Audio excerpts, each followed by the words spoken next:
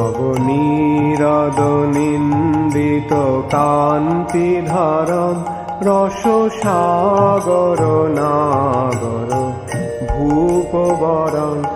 हरे कृष्णा, रनत नाम। हम लोग श्रीमद् भागवतम के चौथे स्कंद पे हैं, द्वितीय अध्याय चल रहे हैं। आज हम लोग श्लोक संख्या 30 से कंटिन्यू करेंगे, 30 से 35 तक करेंगे।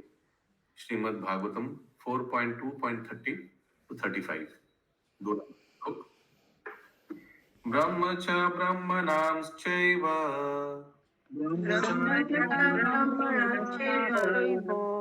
यद्यूयं परिनिन्दता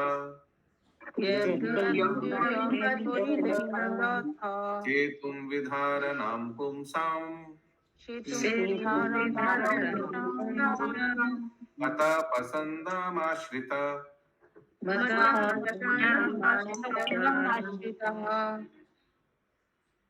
अनुवाद।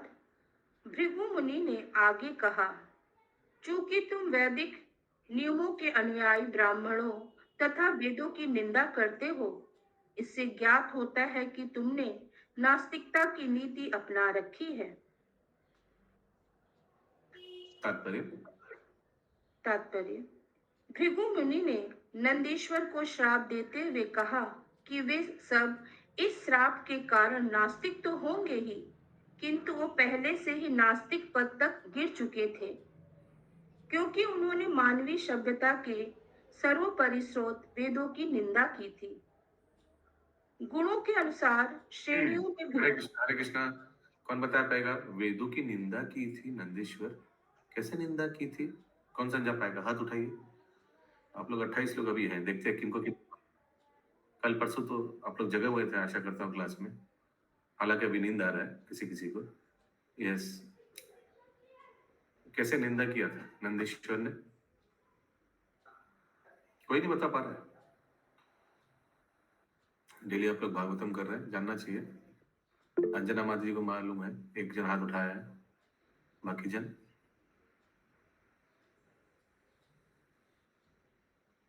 ये संजना माता जी। हरे कृष्णा प्रभु जी।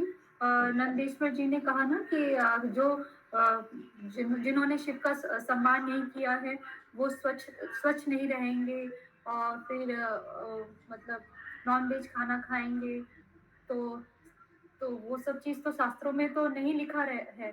तो वेदों का अपमान कैसे किया? ओके, शशि माता जी। जी एक श्राप दिए थे ना कि वेदों की जो व्यर्थ की व्याख्या के प्रति आकृष्ट होता है उसकी बुद्धि हर ली जाती। Yes, absolutely. हाँ, इसका मतलब वेदों में very unrequired things are there, जो दरकार नहीं है वो सब है वेदों में। इसका मतलब तो ये हुआ ना, कर्मकांड दरकार है नहीं दरकार है, लेकिन वेद तो पूरा कर्मकांड से भरा हुआ है।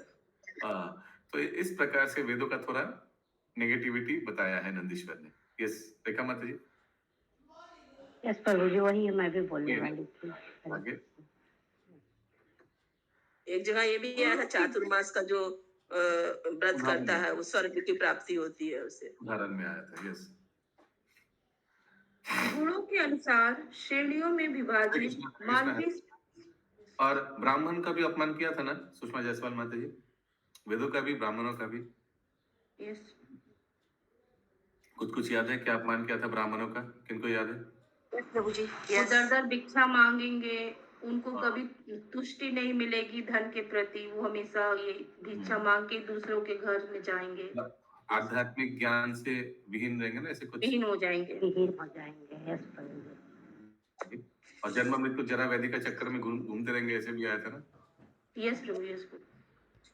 आगे गुणों के अनुसार तो क्या वो नास्तिक हो गया?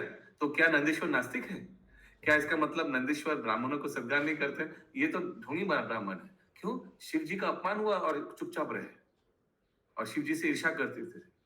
ये तो ढोंगी ब्राह्मण है, ये कर्मकांड में फंसा हुआ है। हाँ, तो और वेदों का कर्मकांड का पोर्शन के बारे में नंदीश्वर ने बोला। हाँ, तो इसका मतलब नहीं वो नास्तिक है।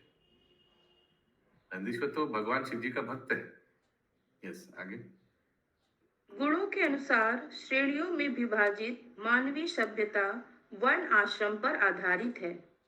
यथा बुद्धिमान वर्ग, युद्ध प्रिय वर्ग, उत्पादक वर्ग तथा श्रमिक वर्ग। वेद सही सही निर्देश देते हैं कि आत्म अनुशीलन तथा आर्थिक उन्नति के साथ ही इंद्रिय तृप्ति का निर्माण कैसे किया जाए, जिससे अंततः भौतिक कलमश से छूटकर मनुष्य अपनी वास्तविक आध्यात्मिक पहचान अहम ब्रह्मास्मि को प्राप्त हो। जब तक मनुष्य भौतिक अस्तित्व के कलमश में रहता है, तब तक वह जलचर से लेकर ब्रह्मा तक अपनी योनियां बदलता रहता है। किंतु इस भौतिक जगत में तो मनुष्य जीवन सर्वोच्च पूर्णता का जीवन है। वेद वह मार्ग दिखाते हैं जिससे मनुष्य अगले जीवन में ऊपर उठ सके। ऐसी शिक्षा हेतु वेद मातृ तुल्य है और वेदों के ज्ञाता ब्राह्मण पितृ तुल्य है।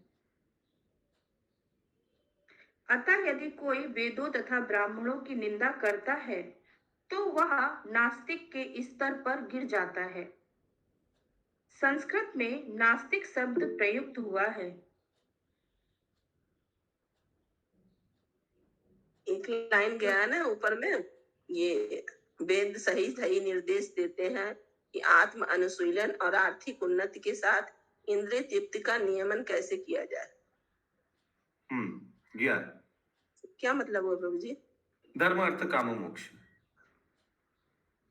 अच्छा, समझ आ गया? आगे संस्कृत में नास्तिक शब्द प्रयुक्त हुआ है जो उस मनुष्य का घोतक है जो वेदों में विश्राम नहीं करता किंतु धर्म की कुछ काल्पनिक पद्धति का निर्माण करता है। वेद का जी ये कर्मकांड पोर्शन है ना, ये 93% जो भी है, जिसका नंदीश्वर ने भी अच्छा नहीं बताया उनके बारे में। कर्मकांड फ्लावरी लैंग्वेज है, फंस जाते हैं लोग। लेकिन क्या ये दरकार है Ashish Prabhu? No, you are wrong. दरकार है। किसके लिए दरकार है? एक नास्तिक के लिए दरकार है, जो भौतिक व्यक्ति उनके लिए संसार में वो कम से कम धर्म अर्थ काम मोक्ष से स्टेप बाय स्टेप ऊपर आएगा। अभी अभी बताया ना प्रभुपाद जी ने, उनका प्रगति हुआ, थोड़ा धड़ धड़ धड़ धड़ नीचे से ऊपर आएगा आस्ते आस्ते। एक नास्तिक आस्तिक बनेगा, एक भौतिक व्यक्ति वो भी धार्मिक व्यक्ति बनेगा। भौतिक बनेगा धार्मिक, नास्तिक बनेगा आस्तिक। और धार्मिक बनना इंपॉर्टेंट है। एक बताइए, एक बात, किसका चांस ज्यादा है भक्ति में आने का, एक धार्मिक व्यक्ति का या नास्तिक व्यक्ति का? धार्मिक व्यक्ति। धार्मिक व्यक्ति ऑब्वियसली, जो चांडिया पालन कर धार्मिक व्यक्ति वर्णाश्रम में है कहीं, तो उसका चांस ज्यादा है। तो वेद क्या करता है, उसको एक साधारण व्यक्ति को उस स्तर पे लाता है, स्टेप बाय स्टेप लाता है। जैसे राधेश्याम प्रभु क्या उदाहरण देते हैं कोई सोचिए, अगर आप लोग देखे होंगे, प्लेन अचानक नहीं उड़ता है, अचानक तो हेलीकॉप्टर उड़ता है ग्राउंड जीरो से कर कर कर कर कर कर उड़ जाता है। प्लेन को उड़ने के लिए पहले जमीन पे चलना पड़ता है बहुत देर। वैसे ही एक जीव को भक्ति में आने के लिए पहले वर्णाश्रम स्तर पे आना पड़ता है, इसलिए वो इम्पोर्टेंट है। वर्णाश्रम के लिए कर्मकांड के लिए वेद इम्पोर्टेंट है। आगे जो वेदों में विश्वास नहीं करता किंतु धर्म की कुछ काल्पनिक पद्धति का निर्माण करता है। श्री चैतन्य महाप्रभु ने कहा है कि बौद्ध धर्म के अनुयायी नास्तिक हैं। अहिंसा के सिद्धांत की स्थापना के लिए भगवान बुद्ध ने वेदों को मानने से साफ इनकार कर दिया और बाद में शंकराचार्य ने इस धर्म को भारत में रोक दिया और इसे देश के बाहर चले जाने हेतु बाध्य किया। यहाँ पर ब्रह्मचा ब्रह्मणा कहा गया है। ब्रह्म का अर्थ है वेद, अहम ब्रह्मास्मि का अर्थ है मुझे पूर्ण ज्ञान प्राप्त है। वेदों का कथन है कि मनुष्य को अपने आप को कहीं समझ नहीं आ रहा है तो रोक दीजिए, मत सोचिएगा कि लोग क्या समझेगा, हमको समझ नहीं आता है। कहीं समझ नहीं आ रहा है प्रभु जी, हरे कृष्ण, समझा दीजिए, पूरा ही समझाएंगे। लेकिन कहाँ समझाएंगे बताइए? यही प्रभु जी जो ब्रह्मच ब्राह्मण कहा गया है, बोले हैं वेदों को भारत शंकराचार्य ने ब्रह्म तथा ब्राह्मण कहा गया है। ब्रह्मा का अर्थ है वेद। बाहर भेज दिया। बुद्धिज्म को बाहर भेज दे, वो वाला समझ में नहीं आया क्या? आप म्यूट में है। हाँ प्रभु जी, बोला समझ में नहीं आया मेरे को। हाँ, यस प्रभु जी। तो ये तो मालूम है कि ये ब्राह्मण लोग वेदों का सहारा लेकर पशुवध करना शुरू कर दिया, ये मालूम है ना? ठीक है, रेखा माता जी। उसके बाद प्रभु जी। क्या हुआ? भगवान बुद्धदेव रूप में अवतार लिया, बोला ये वेद को मानो ही मत, क्योंकि निरीह पशु लोग मारा जा रहा है, वेद का सहारा लेकर ब्राह्मण लोग का गलत इस्तेमाल कर रहे हैं। तो बुद्धदेव आकर वेदों को कैंसिल करने बोले, डोंट फॉलो वेदास। लेकिन तो ठीक नहीं है, वेद इंपॉर्टेंट है एक साधारण व्यक्ति को, जैसे मैंने समझाया, धार्मिक व्यक्ति बनाने के लिए। तो इसीलिए भगवान फिर शंकराचार्य रूप में अवतरण हुए, शिव जी। भगवान माने शिव जी। शिव जी को भगवान ने आदेश दिया, जाओ तुम जाकर मायावाद प्रचार करो। मायावाद प्रचार किया शिव जी, लेकिन द गुड थिंग वाज वेदों को फिर री एस्टेब्लिश किया। और जब वेद री एस्टेब्लिश हुआ तो सारा भारतवर्ष में, इंडिया में शंकराचार्य का मठ स्थापन हो गया। आप लोग को मालूम है, सब जगह मिलेगा। और बुद्धिज्म को बाहर, यहां से इंडोनेशिया, जाकार्ता, थाईलैंड, वहां भेज दिया। ठीक है, आगे। ये जो वर्ड है प्रभु जी, यहाँ पर ब्रह्मचर्य ब्राह्मणान कहा गया, इसका क्या मतलब हुआ?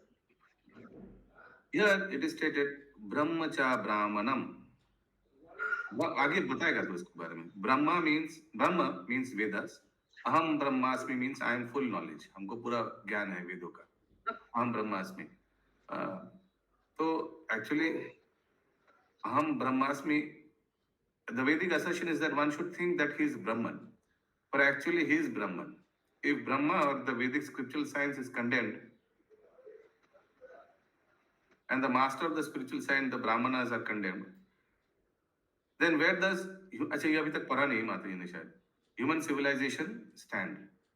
So वही भृगुमुनि जो बोल रहा था कि आप ब्राह्मण को खंडन किया, वेदों को खंडन किया, तो इसीलिए नंदीश्वर पापी है। वही बात यहाँ बोला जा रहा है, ब्रह्मच ब्राह्मणम, दोनों को इन्होंने धिक्कारा है।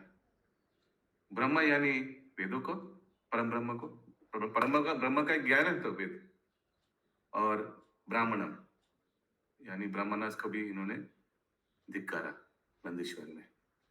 इसीलिए शशि माता जी यहाँ लिखा है ब्रह्मच ब्राह्मणम। केशवी करुणेश्वरी। হরে কৃষ্ণ প্রভু। बोल माता जी। প্রভু তা এই ব্রহ্মচ ব্রাহ্মণম কথার আগে আরেকটা লাইন আছে, তার ফলে পরবর্তীকালে শঙ্করাচার্য ভারতবর্ষে এই ধর্মের অনুশীলন বন্ধ করে দেন এবং বলপূর্বক তা ভারতবর্ষ থেকে বহিষ্কৃত করেন। এই ধর্ম মানে কোন ধর্মটার কথা বলছে? Buddhism, obviously. বুদ্ধদেব যেটা প্রচার করেছে, বুদ্ধদেব তো বুদ্ধিজম को প্রচার করেছে না। হ্যাঁ হ্যাঁ হ্যাঁ, আচ্ছা আচ্ছা ওটা তো বুঝলাম। ठीक है, सबटाइटल का ऑप्शन है क्या? अभी ये देखना पड़ेगा, बंगाली सबटाइटल का ही ऑप्शन होना चाहिए, या क्लास को बंगाली में कर दे तो झमेले खत्म। सब चाहता है, देख पा रहे। Yes, okay, yes. प्रीति मई नंद प्रिया माता जी। हरे कृष्ण प्रभु जी, साधु प्रणाम। प्रभु जी, यहाँ पर जो लिखा है कि मनुष्य को अपने आप को ब्रह्म समझना चाहिए, वेदों का कथन है कि मनुष्य को अपने आप को ब्रह्म समझना चाहिए, क्योंकि वो वास्तव में ब्रह्म है। ये क्या ठीक ही बोला है? तो ये हम लोग वैष्णव लोग क्या पकड़ते हैं अहम ब्रह्मास्मि को, और मायावाद लोग क्या पकड़ते हैं, इसमें गड़बड़ हो जाता है। मायावाद लोग बोलते अहम ब्रह्मास्मि, मैं ब्रह्म हूँ, यानी मैं भगवान हूँ, भगवान और मेरे में कोई अंतर नहीं है, मैं भगवान में विलीन हो जाऊंगा। तो ये है मायावाद थियोरी, अहम ब्रह्मास्मि। और वैष्णव लोग का क्या अंडरस्टैंडिंग है? अहम ब्रह्मास्मि, मैं भगवान का अंश हूँ, मैं अहम ब्रह्मास्मि, मैं भगवान का अंश हूँ। सो अंश होने के नाते भगवान और मेरे में क्वालिटी एक जैसा है। फिर उदाहरण देते श्रील प्रभुपाद, अगर आप समुद्र से एक मग पानी उठाएंगे और दोनों को लैब में टेस्ट करेंगे तो पानी में जो गुण है वो समुद्र का पानी में गुण होगा। लेकिन समुद्र का पानी और एक मग पानी दोनों में अंतर है ना क्वांटिटी में। वैसे भगवान और हम में गुण में एक है, लेकिन क्वांटिटी में बहुत अलग।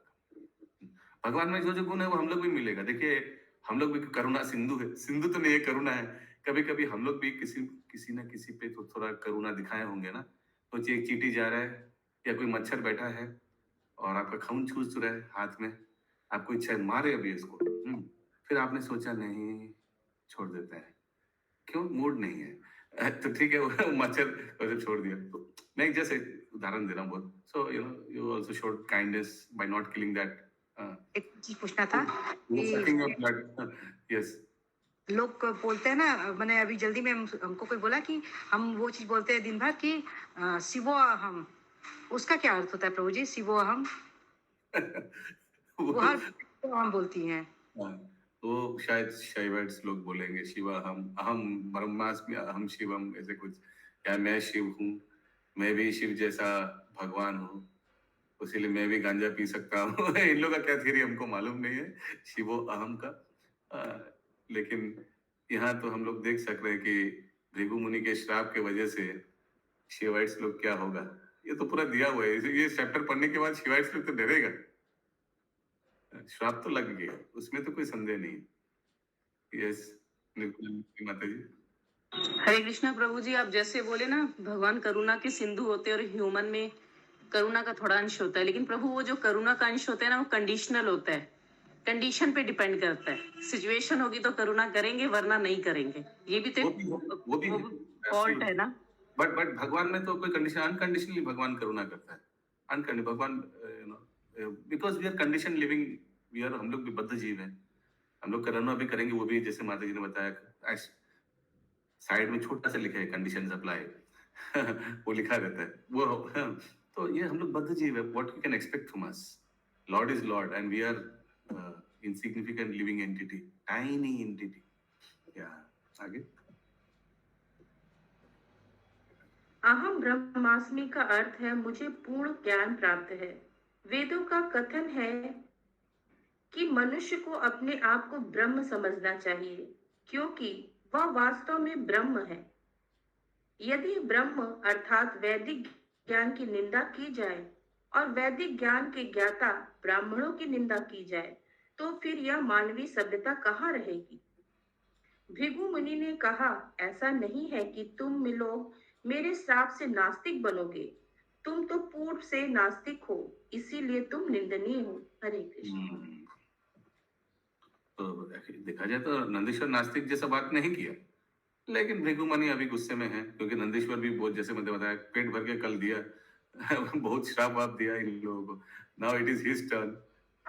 ठीक है, यहाँ पे प्रभु जी ब्रह्म का अर्थ वेद लिखा है, तो ब्रह्म का वेद भी अर्थ होता है। देखिए यहाँ लिखा है कि वेद बोल रहे कि अहम ब्रह्मास्मि, यानी एक्चुअली हिज ब्रह्मन, जीव ब्रह्मन है, ये लिखा है ना। पर ये वो लाइन तो लिखा हुआ ना, ब्रह्म का अर्थ है वेद, फिर लिखा अहम ब्रह्मास्मि का अर्थ है कि मुझे पूर्ण ज्ञान प्राप्त है। हाँ आगे पढ़िए, हाँ आगे पढ़िए थोड़ा। वेदों का कथन है कि मनुष्य को अपने आप को ब्रह्म समझना चाहिए। yes, ये भी इम्पोर्टेंट, मनुष्य अपना आपको ब्राह्मण समझना चाहिए। नहीं, ब्राह्मण का मैं अंश हूँ, तो मैं भी ब्राह्मण हूँ उस हिसाब से, है ना। मैं भी ब्राह्मण हूँ, यानी मैं ब्राह्मण का अंश हूँ, जस्ट लाइक। सो हमारे में भी वो क्वालिटी है जो भगवान में, वही qualitatively we are same, there is no wrong, this is no wrong, this is okay, absolutely. ये आपका प्रश्न था क्या माता जी? वेद ब्रह्म ने ऐसे पूछा? नहीं नहीं नहीं, ये तो ना, ब्रह्म का अर्थ वेद भी लिखा हुआ है, ब्रह्म का मतलब वेद कैसे हुआ? ये इंग्लिश में क्या लिखा, मैं देखता हूँ। ओके, ब्रह्म, यहाँ पर जो ब्रह्म, हाँ ये तो ब्रह्मचा ब्रह्मणम, वही तो मैं समझाया आगे, ब्रह्मचा वो तो ब्रह्मण। ठीक है, उसके बाद लिखा ना ब्रह्म का अर्थ है वेद।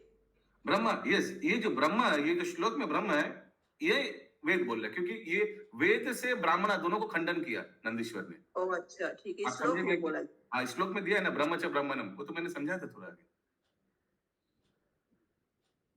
सबको समझ में आ रहा है या सब सोच रहे हैं ये शशि माती क्या पूछ रहे हैं, प्रभु क्या उत्तर दे रहा है? नहीं समझ में आया।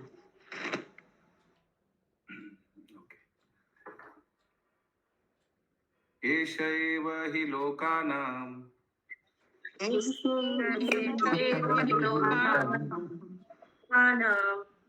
ईथा सनातना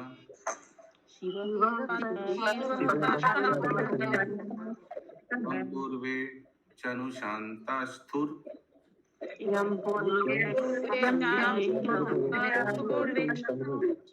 यप्रामाणं जनार्दन।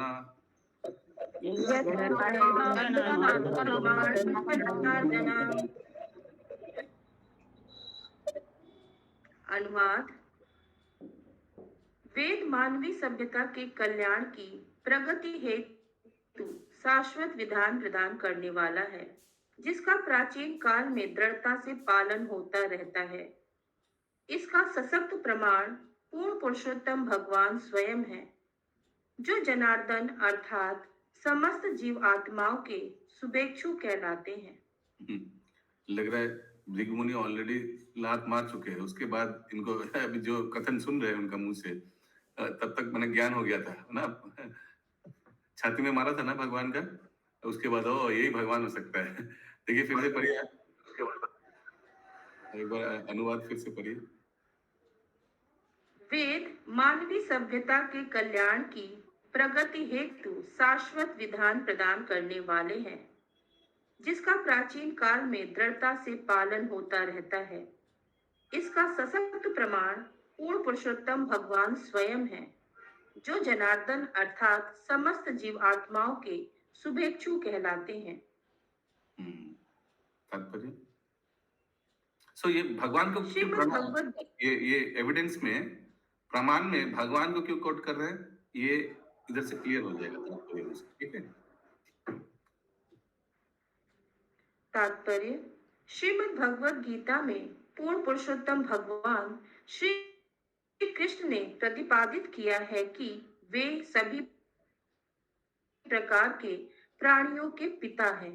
कुल मिलाकर 84 लाख योनियां हैं और भगवान श्री कृष्ण अपने आप को इन सब का जनक कहते हैं।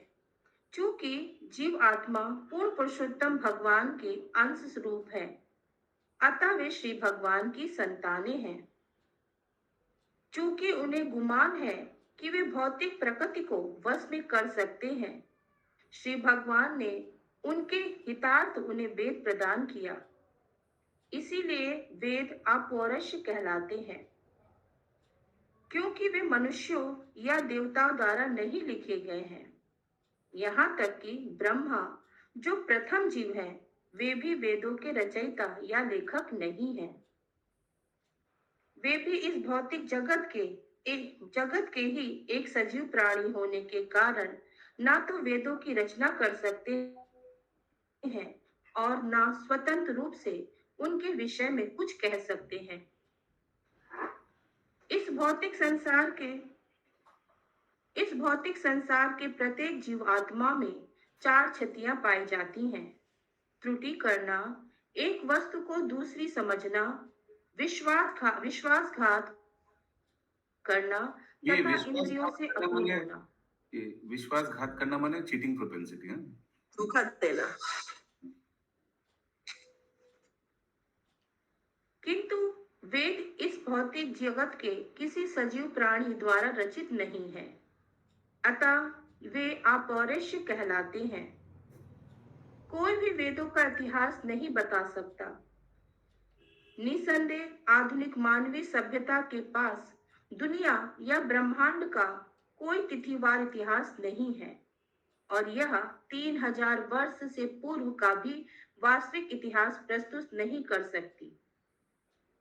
किसी ने आज तक यह शोध नहीं किया कि वेद कब लिखे गए, क्योंकि वे इस भौतिक संसार के किसी प्राणी द्वारा नहीं लिखे गए। अन्य सभी ज्ञान पद्धतियां दोषपूर्ण हैं, क्योंकि वे इसी भौतिक संसार के प्राणियों या देवताओं द्वारा रचित या उच्चारित है। किंतु श्रीमद् भगवद गीता अपौरुष है, क्योंकि इसे इस भौतिक सृष्टि के किसी मनुष्य या देवता ने नहीं कहा, इसको भगवान श्री कृष्ण ने कहा है। जैसी माता जी, अपौरुष मतलब क्या हुआ प्रभु जी? नॉट बाय पुरुष, कोई महान पुरुष ने इनको बोला है, नॉट बाय एनी नॉर्मल पुरुष। ओके प्रभु।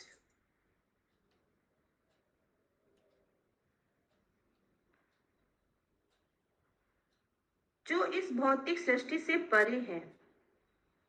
इसे शंकराचार्य जैसे उद्भट विद्वानों ने स्वीकार किया है। श्रील रामानुजाचार्य तथा श्रील माधवाचार्य जैसे अन्य आचार्यों की तो बात ही छोड़ दे। शंकराचार्य ने स्वीकार किया है कि नारायण तथा भगवान श्री कृष्ण दिव्य हैं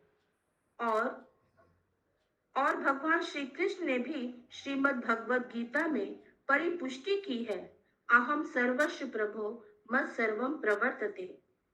मैं प्रत्येक वस्तु का मूल हूँ, प्रत्येक वस्तु मुझसे ही उद्भूत है। यह भौतिक सृष्टि में जिसमें ब्रह्मा, शिव तथा सभी देवता सम्मिलित है, उन्हीं श्री भगवान द्वारा उत्पन्न की गई है, क्योंकि प्रत्येक वस्तु उन्हीं से ही उद्भूत है। वे यह भी कहते हैं कि उनको समझने हेतु सारे वेद हैं।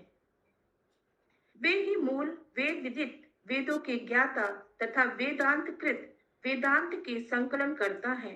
वेदों के संकलन करता ब्रह्मा नहीं है। आगे श्रीमद् भागवतम के प्रारंभ में कहा गया है कि तेने ब्रह्म हिदाया, सर्वपरि परम सत्य भगवान ने ब्रह्मा के हृदय में वैदिक ज्ञान का उपदेश की दिया। अतः वैदिक ज्ञान चारों दोष, त्रुटि, मोह, प्रवंचना तथा अपूर्णता से रहित है। इसका प्रत्यक्ष प्रमाण है कि इसे भगवान जनार्दन ने कहा और अनादिकाल से ब्रह्मा से प्रारंभ होकर आज तक उसका अनुगमन किया जा रहा है। अनादिकाल से भारत की सुसंस्कृत जनता वैदिक धर्म या वेदों के सिद्धांतों का पालन करती आ रही है। कोई भी वैदिक धर्म के इतिहास को नहीं बता सकता, अतः यह सनातन है। और यदि वेदों की निंदा ये सुषमा शर्मा जी। सुषमा माता जी। हरे कृष्ण प्रभु जी, प्रवंचना मतलब कोई धोखा देना हुआ क्या? लाइन बताइए प्लीज। त्रुटि, मोह, प्रवंचना तथा अपूर्णता, चार दोष जो हैं। हाँ, चीटिंग। हाँ, अच्छा, थैंक यू। इंग्लिश में cheating लिखा है। यस, विनीता माता जी। हरे कृष्ण प्रभु, सादर प्रणाम प्रभु। यहाँ जो वेद का बताया जा रहा है कि त्रुटिपूर्ण नहीं है ये सब, तो वो चारों वेद के बारे में बताया जा रहा है या फिर सिर्फ गीता के बारे में? दोनों के बारे में। ठीक है प्रभु। अतः यह सनातन है और यदि वेदों की निंदा की जाती है तो वह नास्तिकता है। वेदों को सेतु कहा गया है, जिसका अर्थ पुल। यदि कोई अपना आध्यात्मिक अस्तित्व प्राप्त करना चाहता है तो उसे अज्ञानता का सागर पार करना होता है। वेद ही वह सूत पुल है जिससे इस विशाल सागर को पार किया जा सकता है। वेदों में बताया गया है कि गुण तथा कर्म के अनुसार किस प्रकार मानव जाति को चार वर्गों में विभाजित किया गया है। यह वर्गीकरण अत्यंत वैज्ञानिक और सनातन है, क्योंकि कोई इसका इतिहास नहीं बता सकता और इसका अंत नहीं आता। वर्ण तथा आश्रम प्रणाली को कोई रोक नहीं सकता।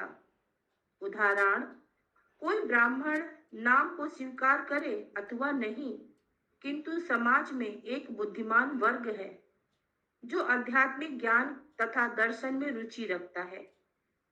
इसी प्रकार से एक ये सब गुण तो है ना, कोई माने ना माने, कोई होगा इंटेलेक्चुअल, देखिए क्लास में होगा, कोई होगा एडमिनिस्ट्रेटिव जिनका लीडरशिप क्वालिटीज अच्छा है, कोई होगा, बोलना नहीं चाहिए लेकिन मैंने खैर डोंट टेक इट नेगेटिवली, जो शूद्र क्लास यानी जो सेवा, फिजिकली सेवा करना चाहेंगे, और कोई ऐसा होगा जो वैश्य क्लास, अकाउंट्स हिसाब रखना और परचेजिंग में एकदम everywhere you will find this. ये चार विभाग जो किया है, एक्चुअली ये चार विभाग देखा जाए तो समाज में हर एक व्यक्ति को ना कोई कैटेगरी में पड़ेगा। आप खुद को भी डाल सकते हैं, आप चारों में कौन सा कैटेगरी में है। यही बताया जा रहा है आगे। इसी प्रकार से एक ऐसा वर्ग है जो प्रशासन चलाने तथा दूसरों पर शासन करने में रुचि रखता है। वैदिक प्रणाली में इन सैनिक मनोवृत्ति वाले लोगों को क्षत्रिय कहा जाता है। इसी प्रकार से सर्वस्त्र मनुष्य का एक ऐसा वर्ग है जो आर्थिक विकास, व्यापार, उद्योग तथा अर्थोपार्जन में रुचि रखता है, जिसे वैश्य कहते हैं। और एक ऐसा भी वर्ग होता है जो ना तो बुद्धिमान है, ना पराक्रमी है और ना उसमें आर्थिक विकास करने की क्षमता है। वह केवल दूसरों की सेवा कर सकता है। इन्हें शूद्र या श्रमिक वर्ग कहते हैं। यह प्रणाली सनातन है और अनंत काल से चली आ रही है और इसी प्रकार आगे भी चलती रहेगी। विश्व की कोई भी शक्ति इसे रोक नहीं सकती। अतः यह सनातन धर्म शाश्वत है और वैदिक नियमों का पालन करते हुए कोई भी मनुष्य आध्यात्मिक जीवन के सर्वोच्च शिखर पर पहुंच सकता है। हरे कृष्ण। एक सेकंड। ये जो सनातन धर्म, ये 4 प्रकार का जो प्रवृत्ति, ये कभी रुकेगा नहीं, अभी भी है, आजीवन। वे मने अगर आप पीछे जाएंगे 200-300 साल पुराना, तब भी था। ये एक्चुअली ये हम लोग का इनहेरेंट नेचर है। ये 4 प्रकार का जो श्रेणी दिखाया गया है वो हम लोग का इनहेरेंट नेचर है, ये हमेशा रहेगा, यही बताया जा रहा है। किसी का कोई प्रश्न है? आगे पढ़ी माता जी। कहा जाता है कि पहले साधु पुरुष इस प्रणाली का अनुसरण करते थे। अतः वैदिक तो प्रणाली के अगर कोई बोलेगा कि ये जो वैदिक धर्म है सुषमा माता जी, ये आप लोग का हिंदू का है, तो ये क्या बोलना ठीक रहेगा? क्या कोई दूसरे धर्म का व्यक्ति में ये सब प्रवृत्ति नहीं मिलेगा आपको? ब्राह्मण, क्षत्रिय, ये सब क्वालिटी क्या है दूसरे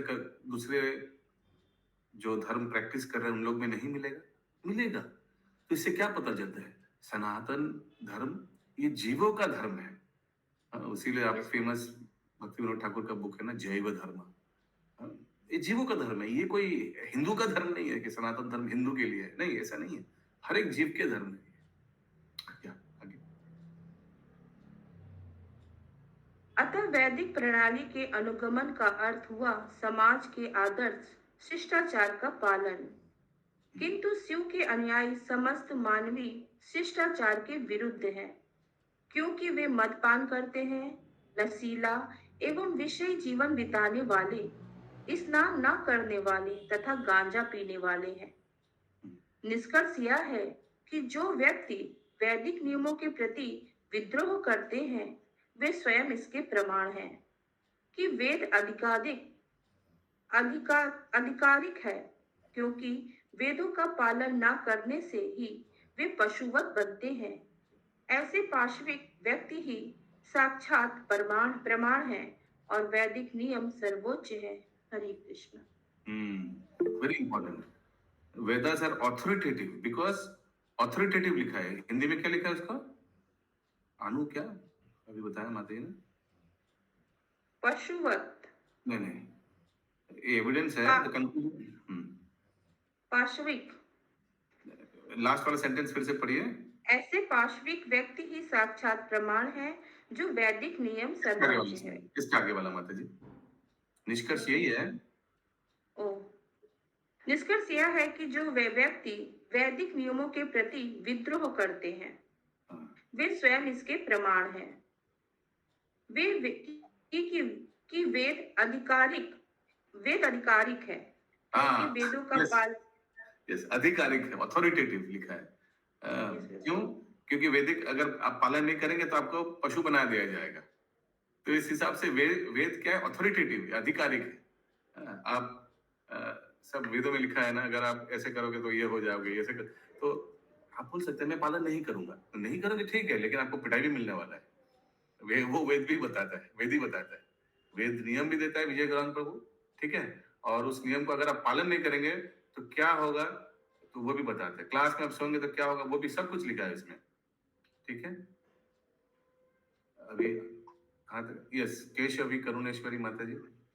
প্রভু লাস্টের লাইনটা একটু বুঝতে পারিনি। এই প্রকার পাশবিক ব্যক্তিরাই সাক্ষাৎভাবে বেদের বিধানের সর্বোৎকর্ষতা প্রমাণ করে। সর্বোৎকর্ষতা Such কিভাবে animal- প্রমাণ করে? Such animalistic persons are themselves evidence of the supremacy of the Vedic regulation.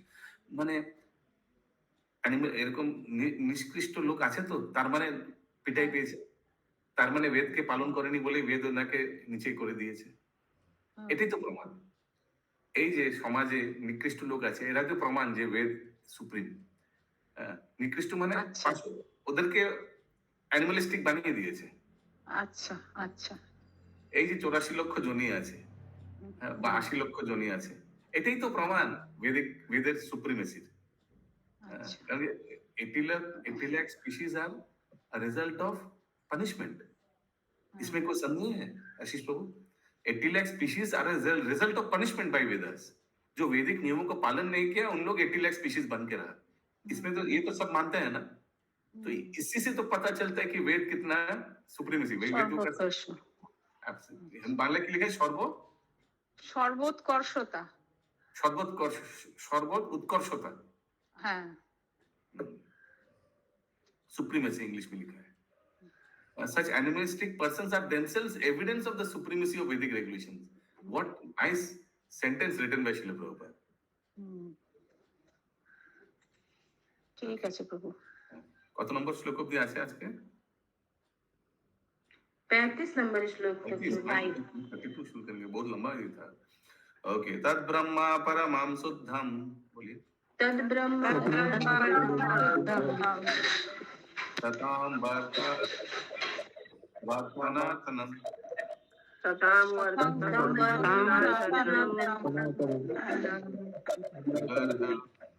विगर्ह्य यथा पाषण्डम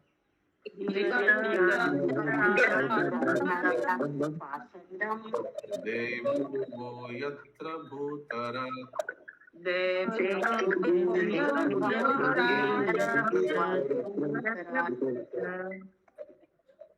अनुवाद।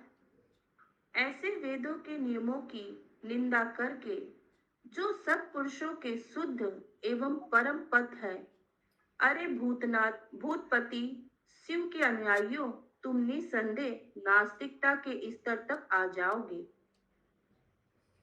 By blaspheming the principles of the Vedas, which are the pure and supreme path of the saintly persons, certainly you followers of Bhutapati, Lord Shiva, will descend to the standard of atheism without a doubt. आप लोग वेदों का आप लोग क्या criticise कर रहे हैं, आप लोग भी नास्तिक बन जाओगे। ठीक है, ऐसे करके श्राप दिया भृगु मुनि ने शिव जी के अनुयायी को। तात्पर्य, शिव को यहाँ पर भूतराट कहा गया है। प्रेत तथा तमोगुण से युक्त लोग भूत कहलाते हैं। अतः भूतराट का अर्थ हुआ ऐसे प्राणियों का सरदार जो प्रकृति के निम्नतम गुणों से युक्त है। भूत का दूसरा अर्थ है जो कोई जन्मा या उत्पन्न किया गया जीव। अतः इस भाव में शिव को इस भौतिक जगत के पिता माने जा सकते हैं। किंतु यहाँ पर भृगु मुनि का अभिप्राय निकृष्ट प्राणियों के सरदार से है।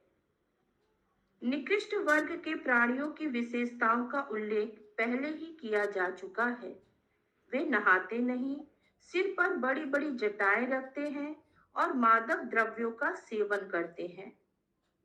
भूतराट के अनुयायियों द्वारा ग्रहण किए गए पद की तुलना में वैदिक प्रणाली निश्चित रूप से सर्वश्रेष्ठ है, क्योंकि इससे लोगों को मानवीय सभ्यता के परम लक्ष्य आध्यात्मिक जीवन की प्राप्ति होती है। यदि कोई प्रभु आप म्यूट करेंगे, इको हो रहा। मेरा से इको हो रहा। अच्छा, यदि कोई वैदिक नियमों को नकारता है या उसकी निंदा करता है तो वह नास्तिकता के निम्न स्तर तक गिर जाता है। Hare Krishna. So in comparison with the path followed by the followers of Bhutrat, the Vedic system is certainly excellent, for it promotes people to spiritual life as the highest eternal. So, जो जो शिव जी के अनुयायी हैं, उन लोग का कुछ उनका आदतों के बारे में बताया गया है। फिर प्रभुपाद जी बता रहे हैं कि वैदिक नियमों का पालन इन लोग नहीं करते, इसीलिए करना चाहिए, क्योंकि वैदिक नियम से इनका स्पिरिचुअल लाइफ प्रगति होता है। So if one decries or blasphemes the Vedic principles, then he falls to the standard of atheism. तो उसीलिए अगर कोई वैदिक नियमों का क्रिटिसाइज करेगा तो वो भी नास्तिक बन जाएगा और उसका भी ऐसे ऐसे आदत हो जाएगा। यस, महामंजरी माता जी। हरे कृष्णा प्रभु, यहाँ पे जो भूत का दूसरा अर्थ कोई भी जन्मा जीव, अतः इस भाव में शिव को इस भौतिक जगत का पिता माना जा सकता है।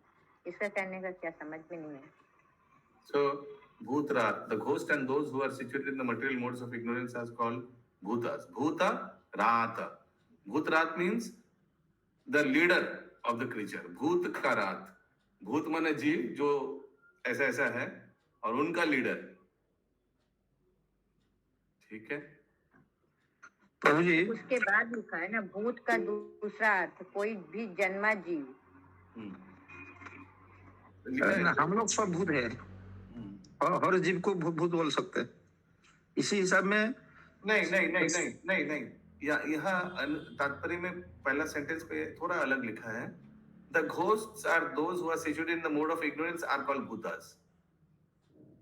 पहला तात्पर्य का पहला सेंटेंस वो एक तो है, उसका बाद भी और एक तो मीनिंग इधर दिया होगा, जो हर जीव ही भूत बोला जा सकता है उन लोग को। जीवो भूत सनातन। Yes, but वो तो हमको सबको मालूम है, भूत इन जनरली रेफर्स टू जीवा, बट यहाँ प्रभुपाद जी क्या लिखा है वो देखना पड़ेगा। ठीक है, तो इन सबों का leader Bhutarat refers to the leader of the creatures who are in the lowest standard of the material modes of nature. ठीक है, इन सबों का लीडर को भूतरात बोला गया है। अगला श्लोक 33 नंबर। मैत्रेयो वाच तस्यैवं वदता शापं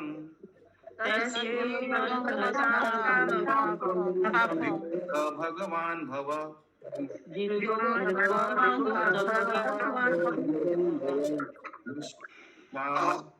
तथा किंचित विमना इव सानुग।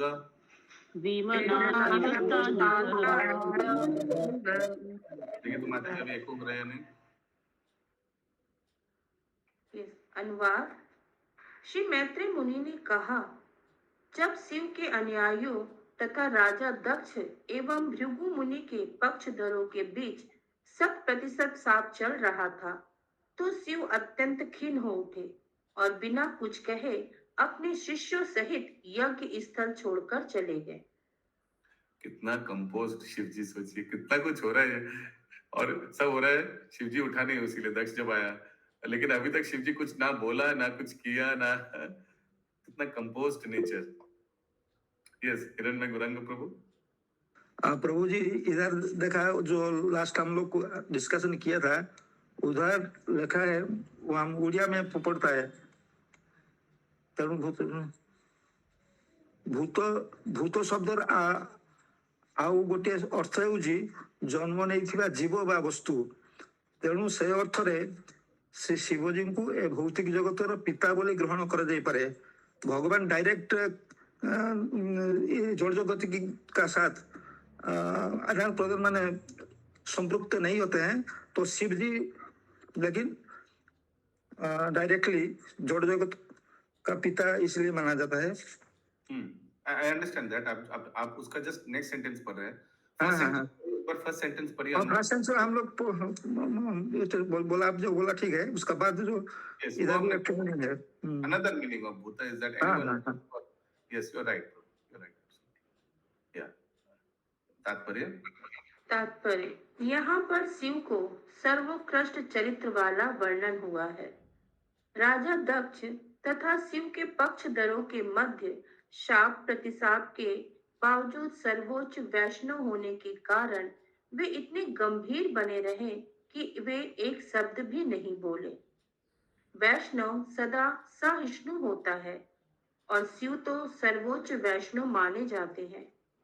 अतः यहाँ पर जिस प्रकार शिव के चरित्र चित्रण किया गया है वह अत्यंत उत्तम है। वे इसलिए खिन्न थे क्योंकि वे जानते थे कि उनके अनुयायी तथा राजा दक्ष के लोग आध्यात्मिक जीवन में रुचि के बिना व्यथा ही एक दूसरे को श्राप दे रहे हैं। उनकी दृष्टि में कोई ऊंचा या नीचा न था क्योंकि वे वैष्णव थे। श्रीमद् भगवद गीता अध्याय 5 श्लोक 18 में कहा गया है, पंडितः समदर्शिनः, अर्थात जो पूर्ण रूपेण पंडित होता है वह सबको आध्यात्मिक स्तर से देखता है, उसे कोई छोटा या बड़ा नहीं दिखता।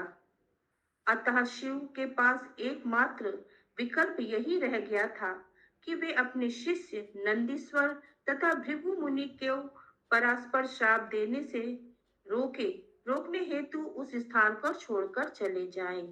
हरे Krishna. The only alternative left to Shiva was to leave in order to stop his followers. भगवान शिव जी चले जाएंगे तो ऑटोमेटिकली सब क्या हो गया, क्या कर रहे हैं हम लोग, तो फिर ये जो श्राप का जो चल रहा है ये फाइनली बंद होगा।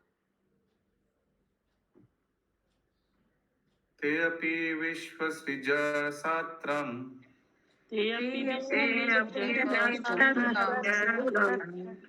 शुभस्रा परिवत्सरान् संविधाय महेश्वास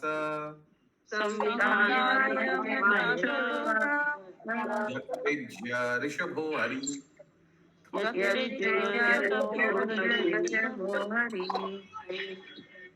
अनुवाद। श्री मैत्री मुनि ने आगे कहा, हे विदुर, इस प्रकार विश्व के सभी जन को प्रजापतियों ने 1000 वर्ष तक यज्ञ किया, क्योंकि भगवान श्री हरि की पूजा की सर्वोत्तम विधि यज्ञ ही है।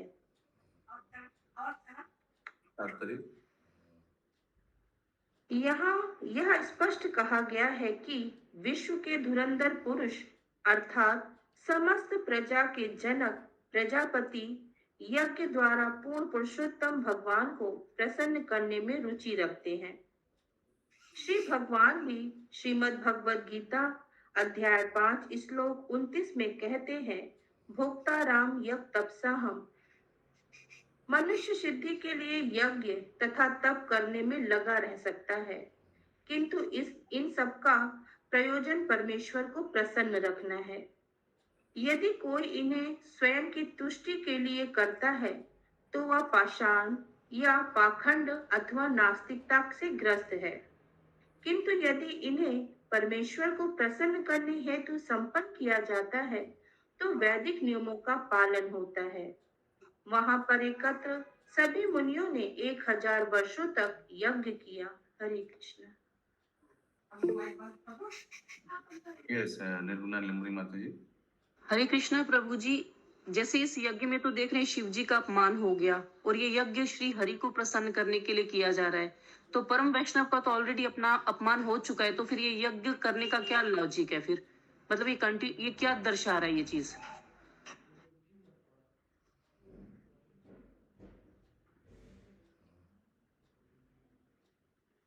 एक बार अनुवाद फिर से पढ़िए।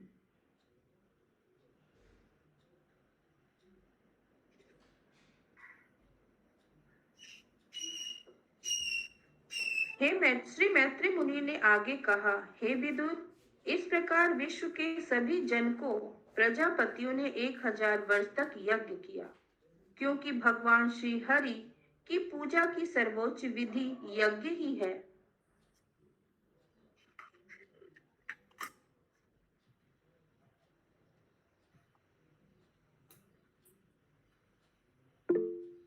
यस महामंजरी माता जी।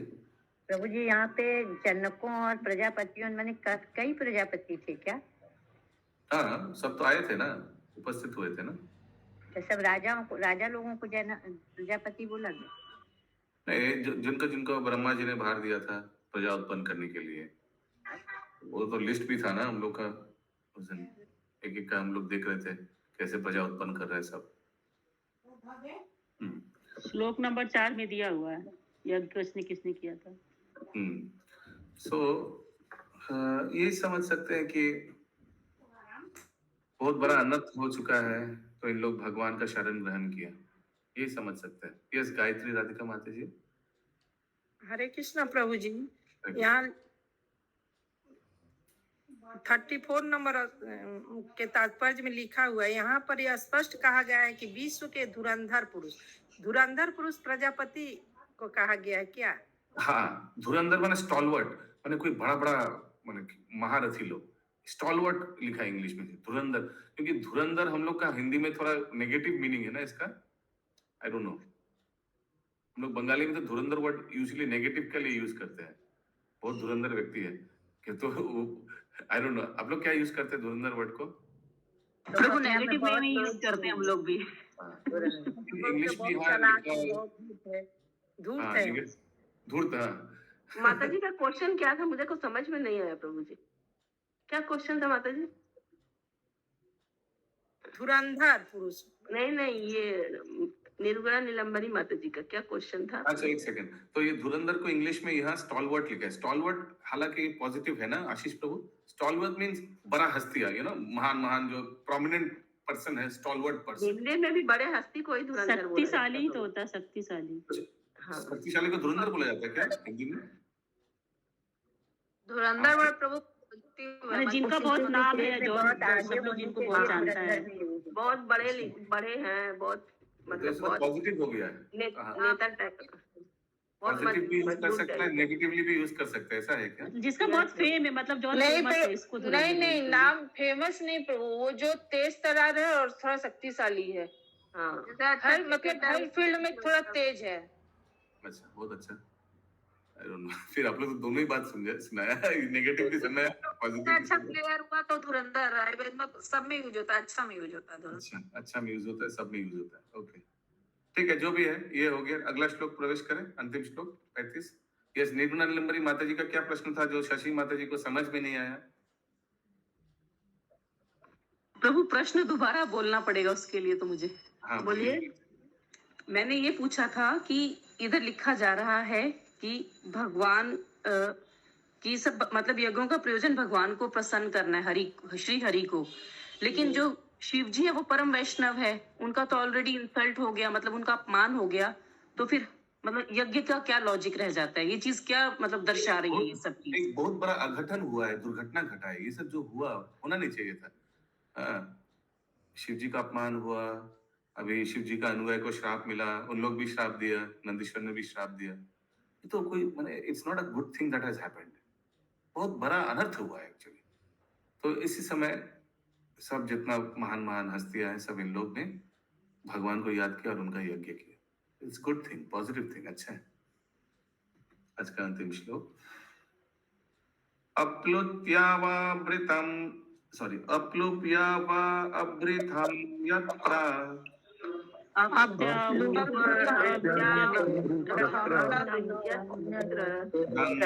यमुनायान्विता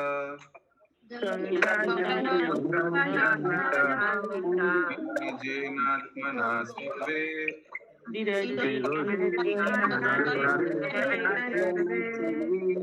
स्वं धामाययुषः।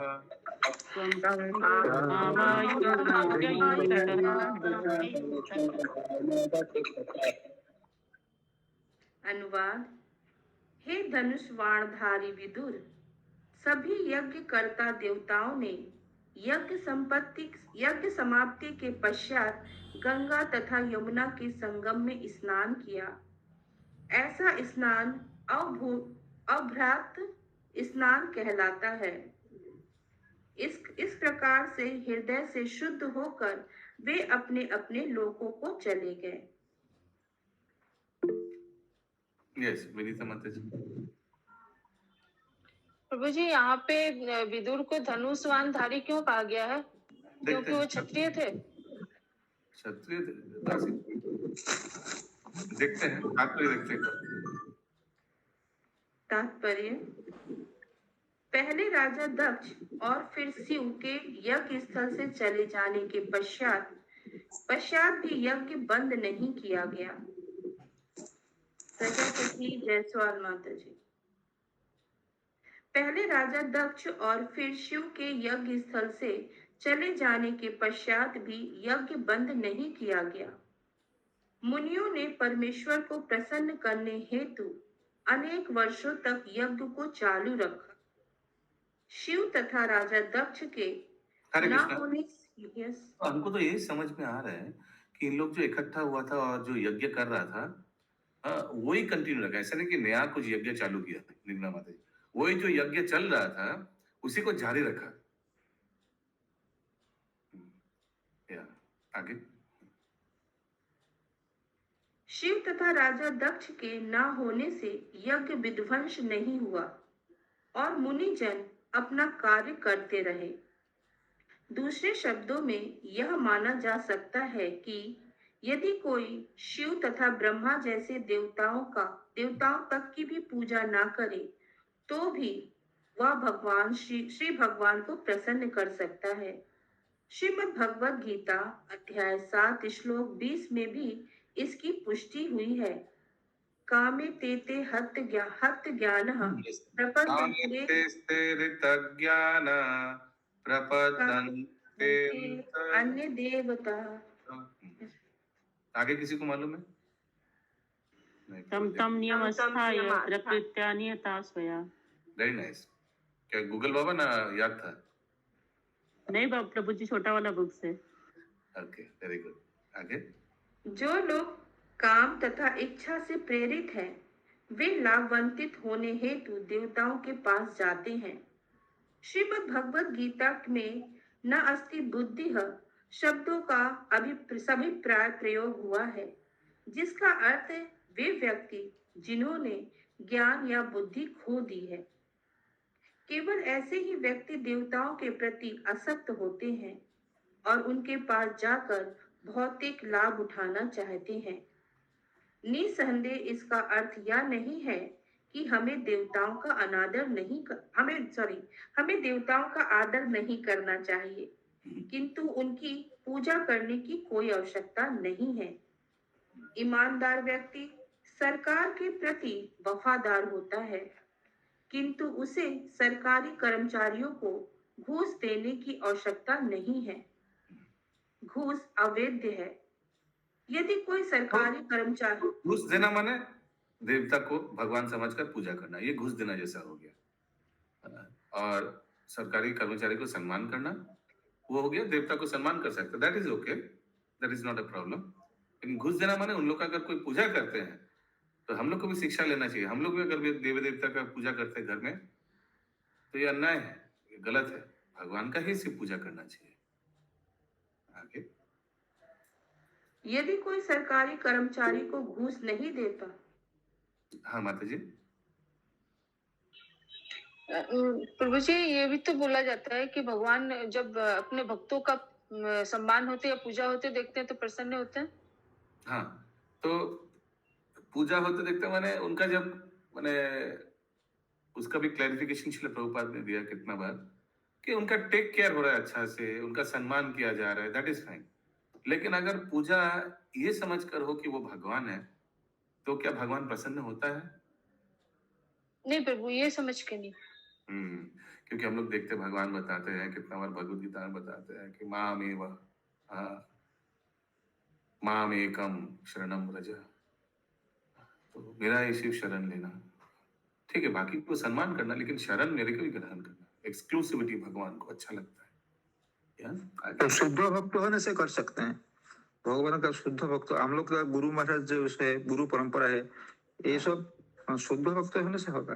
लेकिन अंडरस्टैंडिंग इज वेरी इंपॉर्टेंट। जितना भी शुद्ध भक्त हो, लेकिन उनका अगर आप भगवान समझ लिया तो वो शुद्ध भक्त भी आपको पिटाई करेगा और भगवान तो छोड़ेगा नहीं। दोनों ही छोड़ेगा नहीं।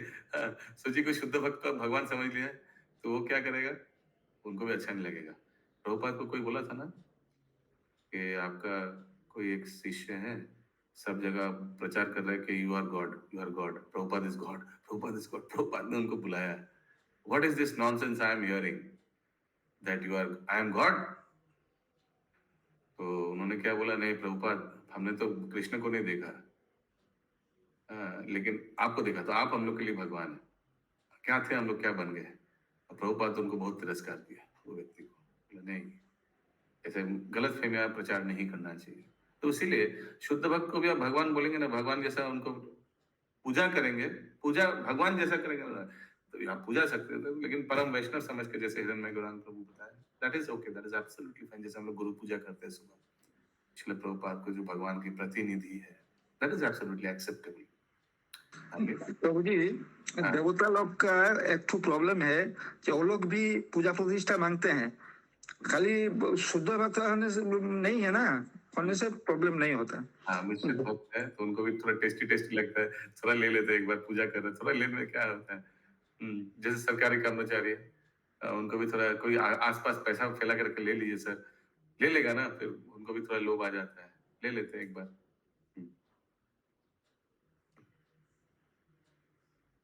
Continue please. यदि कोई सरकारी कर्मचारी को घूस नहीं देता तो इसका अर्थ यह नहीं कि वह उसका आदर नहीं करता। इसी प्रकार जो व्यक्ति परमेश्वर की दिव्य प्रेमा भक्ति में अनुरक्त है, उसे ना तो किसी देवता की पूजा करने की आवश्यकता है, ना ही वह किसी देवता का अनादर करने की प्रवृत्ति रखता है। श्रीमद् भगवद गीता अध्याय 9 श्लोक 23 में अन्यत्र कहा गया है, ये अपि अन्य देवता भक्ता यजन्ते श्रद्धावन्तिया। वाह, ये सब मेमोरी श्लोक क्यों ऐसे पढ़ेंगे आप? हाँ, आप तो श्लोक में पंडित हैं, आप ठीक से पढ़िए इस श्लोक को। ये अपि अन्य देवता भक्ता यजन, यश नहीं, ए देवता भक्त, ए अपि अन्य देवता देवता भक्ता यजंता श्रद्धयान्विता।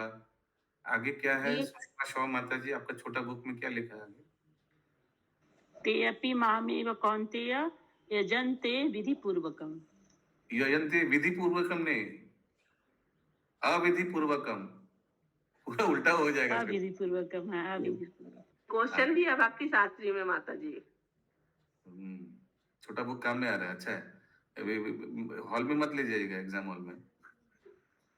यस, आगे।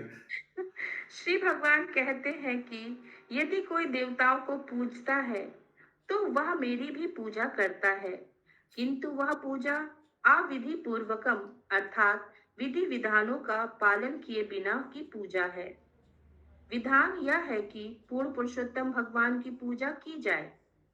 देवताओं की पूजा अप्रत्यक्षतः श्री भगवान की पूजा हो सकती है, किंतु यह विधि पूर्वक नहीं कही जाएगी। परमेश्वर की पूजा करने से सभी देवताओं की पूजा स्वतः हो जाती है, क्योंकि वे परम पूर्ण के अंश हैं। यदि कोई वृक्ष की जड़ को सींचता है तो वृक्ष के सभी भाग यथा पत्तियां तथा शाखाएं स्वतः पुष्ट हो जाती हैं। इसी प्रकार यदि कोई उदर को भोजन प्रदान करता है तो शरीर के सभी अंग, हाथ, पांव, उंगलियां पोषण प्राप्त करते हैं। इस प्रकार पूर्ण पुरुषोत्तम भगवान की पूजा द्वारा समस्त देवताओं को प्रसन्न रखा जा सकता है, किंतु सभी देवताओं की पूजा करने से परमेश्वर की पूजा पूर्ण नहीं होती। फलतः देवताओं की पूजा अवैध है और शास्त्रीय नियमों का अनादर है। क्लियर है? बहुत अच्छा। प्रभु जी इम्पोर्टेंट, प्रभु जी बोले, मैं बोलूं, थोड़ा बोलूं? प्रभु जी इम्पोर्टेंट है ये वृक्ष वाला बताया ना, वृक्ष में जल देने से सभी को मिलता है फल पत्ता, ये बहुत इम्पोर्टेंट। हाँ, फिर एक चीज भी लिखा है श्रील प्रभुपाद, अगर कोई पूरा देवी देवता 33 करोड़ को पूजा भी कर लिया, लेकिन इसका मतलब ये नहीं कि वो उन्होंने भगवान का पूजा कर लिया। Therefore worship of the demigod is irregular। देखिए तो लिखा है, thus by worshipping the SPOG one can satisfy all demigods, but by worshipping all demigods one does not completely worship the supreme lord। मिला? Yes। अगर 33 करोड़ को भी किसी तरह से पूजा कर भी ले रहे हैं, इसका मतलब नहीं कि भगवान का पूजा हो गया। Last para. इस कली काल में देव यज्ञ कर पाना व्यवहारिक रूप से असंभव है। फलतः इस युग के लिए श्रीमद् भागवतम में संकीर्तन यज्ञ की संश्रुति की गई है। यज्ञ संकीर्तन प्रयोजन्ति ही सुमेधसा। श्रीमद् भागवतम, ये भी आपने एक वर्ड छोड़ दिया। यज्ञ संकीर्तना प्रायेत यजन्ति ही सुमेधसा। स्टार्टिंग क्या है? स्टार्टिंग क्या है? इसको मालूम है? आपको छोटा बुक में नहीं मिला है ये भागवतम का? मैं एक मिनट ढूंढूं। मेरे पास बुक है। क्या पॉइंट? कलो ना, नहीं कलर या फिर पायर समथिंग। यस फिर एक सेकंड। 33 ये है पहला वर्ड है कृष्ण वर्ण। कृष्णम संगो पंगास्त पार्षदम। यस यज्ञ संकीर्तन प्रयोजन थी ना, यज्ञ संकीर्तन प्रायेर यजन्ति ही सुमेधसा। श्रीमद् भागवतम स्कंद 11 अध्याय 5 श्लोक 32। इस युग में बुद्धिमान व्यक्ति हरे कृष्ण के संकीर्तन द्वारा समस्त प्रकार के यज्ञों की पूर्ति करता है। हरे कृष्णा कृष्णा कृष्णा हरे हरे, हरे राम राम राम राम हरे हरे। तस्मिन् तुष्टे जगत तुष्टः। जब भगवान श्री विष्णु प्रसन्न होते हैं तो उनके अंश रूप समस्त देवता भी प्रसन्न हो जाते हैं। इस प्रकार श्रीमद् भागवतम के चतुर स्कंद के अंतर्गत राजा दक्ष द्वारा शिव को श्राप नामक दूसरे अध्याय के भक्ति वेदांत तात्पर्य पूर्ण हुए। श्रील प्रभुपाद की जय। जय ग्रंथराज भागवतम की जय जय जय।